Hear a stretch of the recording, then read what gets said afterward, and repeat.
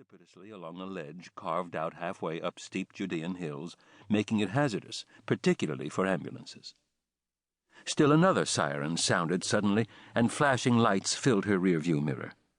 The fourth ambulance was gaining on her, forcing her car against the jagged limestone wall blasted out of the hillside. The stone houses, vineyards, and churches of Ein Kerem, where Mary, pregnant with Jesus, was supposed to have visited, lay below. The ambulance raced by her, and once again Deborah was following behind. Because Jerusalem was built on hills, a siren could be heard nearly all over the city, like the trumpets in the days of the two holy temples that had stood and were destroyed in this city. In the distance, other alarms were ringing. This had to be bad. Very bad. Deborah turned on the radio, but only got a buzz. Damn, the antenna was broken off last week when she'd taken Ben to a basketball game. Her fingers clenched and unclenched on the wheel as she drove the familiar road faster than she ever had before. Around another turn, the sirens seemed mysteriously louder again. As soon as she rounded the curve before the neighborhood called Kiryat HaYovel, the reason became clear.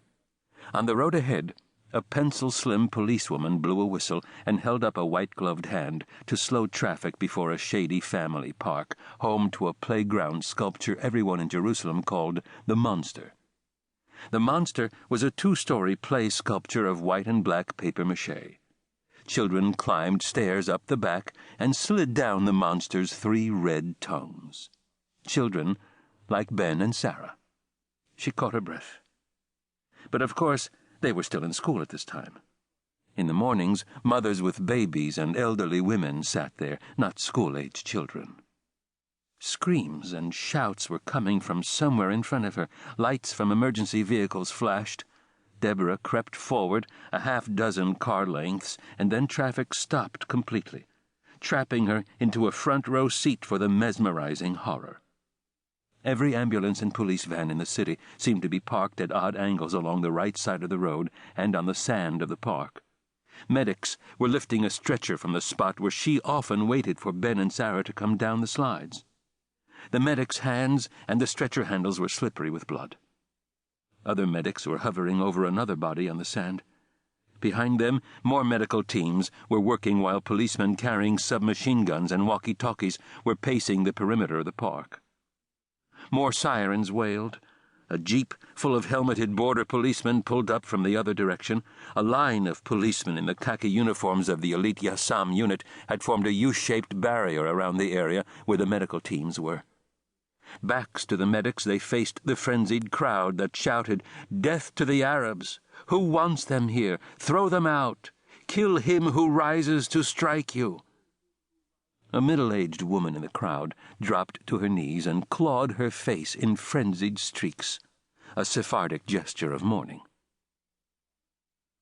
Deborah gagged as her car edged forward another length, bringing her even closer to the monster.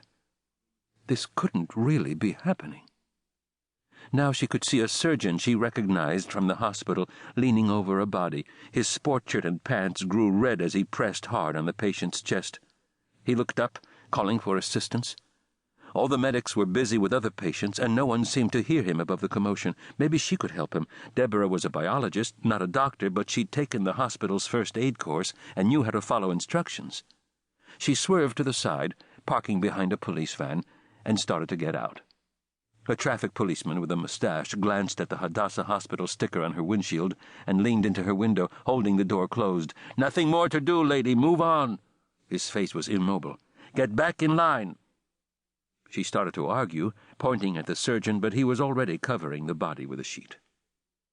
Before Deborah could pull out again, the crowd to her right tried to surge forward, and the Yassam policemen, at least 20 or 30, linked arms and pressed them back. Deborah strained to see what was happening.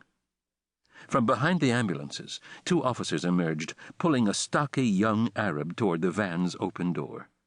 Each policeman held one of the Arab's arms. 2 additional policemen walked backward in front to protect him from the crowd. Screams and curses rose in a chorus, and the Yassam line strained to contain the men and women. A skinny young mother pressed a toddler to her breast and raised a bony fist in the air. A bald elderly man broke through the line and was grabbed on both shoulders by a